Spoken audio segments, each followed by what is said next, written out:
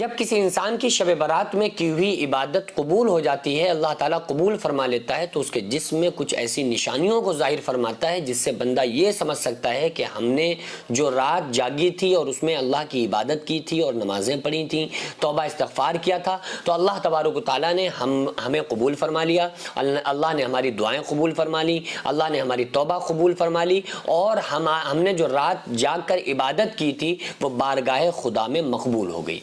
تو اگر آپ کے اندر یہ نشانیاں نہیں پائی جا رہی ہیں تو پھر آپ کی نماز، عبادت، توبہ، استغفار، جو کچھ آپ نے شب برات میں جاگ کر جو بھی عبادتیں کی ہیں وہ یوں سمجھ لیں کہ سب برباد ہو گئیں، سب اکارت ہو گئیں، آپ کی کوئی عبادت، کوئی نمازیں، کوئی دعائیں قبول نہیں ہوئیں۔ اور ظاہر سی بات ہے کہ ہمارا کوئی کام کرنا، کوئی بھی عمل کرنا، نماز پڑھنا، توبہ کرنا، استغفار کرنا، دعائیں مانگنا، عبادت کرنا، نوافل پڑھنا، یہ کوئی بھی کام کرنا بڑی بات نہیں ہے، بلکہ اللہ رب العالمین اپنی بارگاہ میں قبول فرما لے تو بڑی بات ہے۔ تو ہم کیا کرتے ہیں؟ نمازیں تو پڑھ لیتے ہیں، عبادتیں کر لیتے ہیں، لیکن یہ سوچتے ہی نہیں ہے کہ آخر یہ عبادتیں ہماری اللہ نے قبول فرمائی بھی ہیں کہ نہیں قبول فرمائی ہیں۔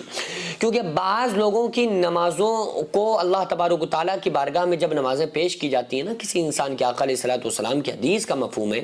کہ جب کوئی بندہ جلد بازی نماز میں کرتا ہے، نماز کو خشوع خضوع کے ساتھ نہیں پڑھتا ہے، جبکہ نماز کا مقصد یہ ہے کہ آقا علیہ الصلوۃ والسلام نے ارشاد فرمایا کہ نماز تم گویا اس طرح پڑھو گویا تم اللہ کو دیکھ رہے ہو، پہلا درجہ یہ ہے۔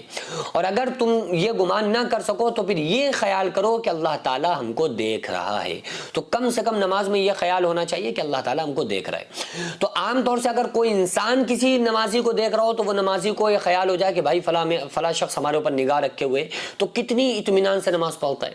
تو جب وہ یہ گمان کرے گا کہ ہمارا رب ہم کو دیکھ رہا ہے تو وہ کس انداز میں نماز پڑھے گا، کتنے خشوع خضوع کے ساتھ نماز پڑھے گا۔ تو بس اللہ تعالیٰ یہی نماز چاہتا ہے۔ اور آقا علیہ الصلوۃ والسلام کی حدیث کا مفہوم ہے کہ اگر کوئی بندہ اس طرح سے نماز نہیں پڑھتا ہے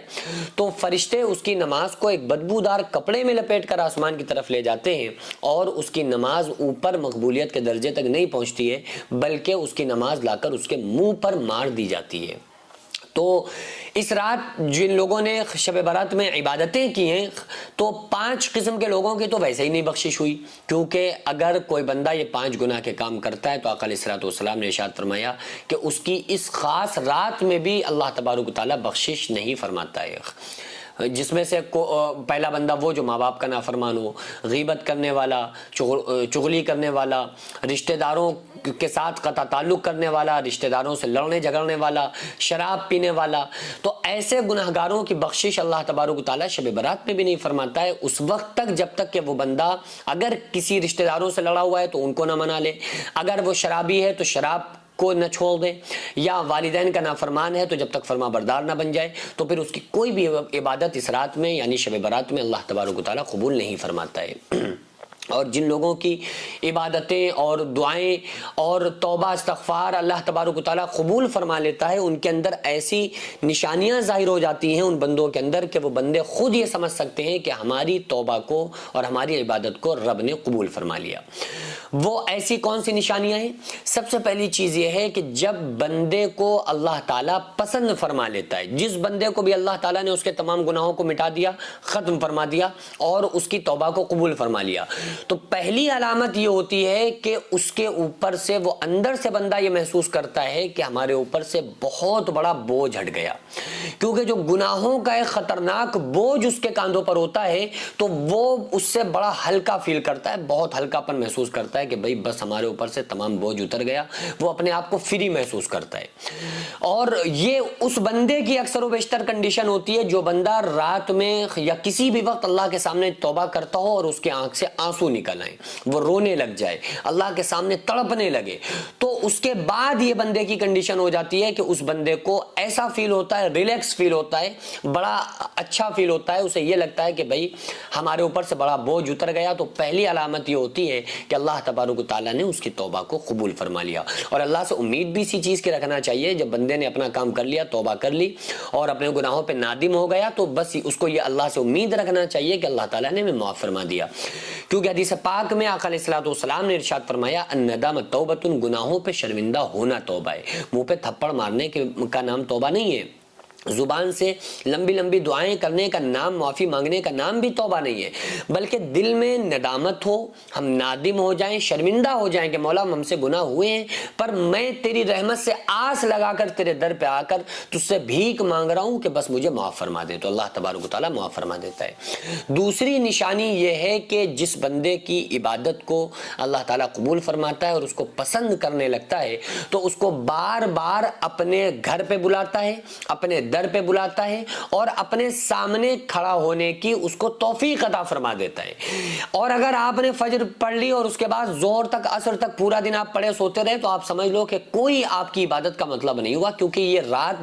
جو تھی شب برات، یہ تو نفلی عبادتیں، نفلی رات تھی، نفلی عبادتیں اس میں ہمیں کرنا تھی، لیکن اس رات میں جاگنے کی وجہ سے، نفلی عبادت کی وجہ سے ہم سے فرض چھوٹ گئے، ہم سے فجر چھوٹ گئی، ظہر چھوٹ گئی، عصر چھوٹ گئی، مغرب، تو پھر اس نماز کا کوئی فائدہ نہیں، کوئی مقصد نہیں، اور اس کی کوئی عبادت نماز قبول نہیں ہوئی۔ ہاں اس کے بعد سے یہ کنڈیشن ہو گئی کہ بندے نے ہلکا فیل کرنا محسوس کر دیا، مرد عورت بڑے اطمینان ان کو اندر سے محسوس ہو رہا ہے، اور پھر ان کو نماز میں دلچسپی بڑھ گئی، یہ ہو گیا کہ بھائی اب تو ہم پکے،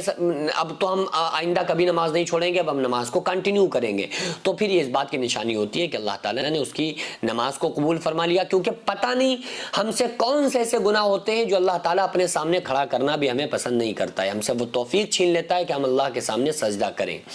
تو پھر ہم جب توبہ کرتے ہیں تو اللہ تعالیٰ معاف فرما دیتا ہے۔ تو پھر اس لیے ہم لوگوں کو یہ چاہیے کہ پھر ہم اللہ سے جو تعلق جڑا تھا، ہوتا کیا ہے کہ رات میں ہم اللہ سے مضبوط تعلق جوڑتے ہیں، شب برات میں جاگ کر پوری رات شب برات میں جاگتے ہیں اور اللہ سے مضبوط تعلق جوڑتے ہیں،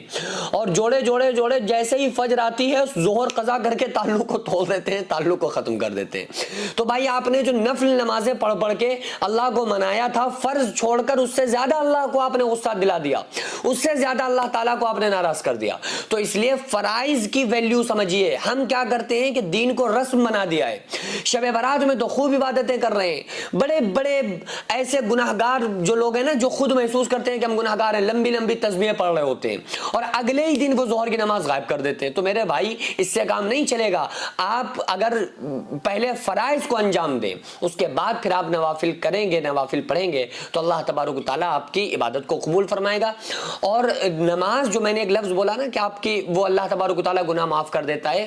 توبہ کرنے سے، لیکن یاد رکھیں کہ اگر کسی انسان کی نمازیں قضا ہوئی ہیں تو وہ اس کو پڑھنا ہی پڑیں گی، اور اس کی مکمل طریقہ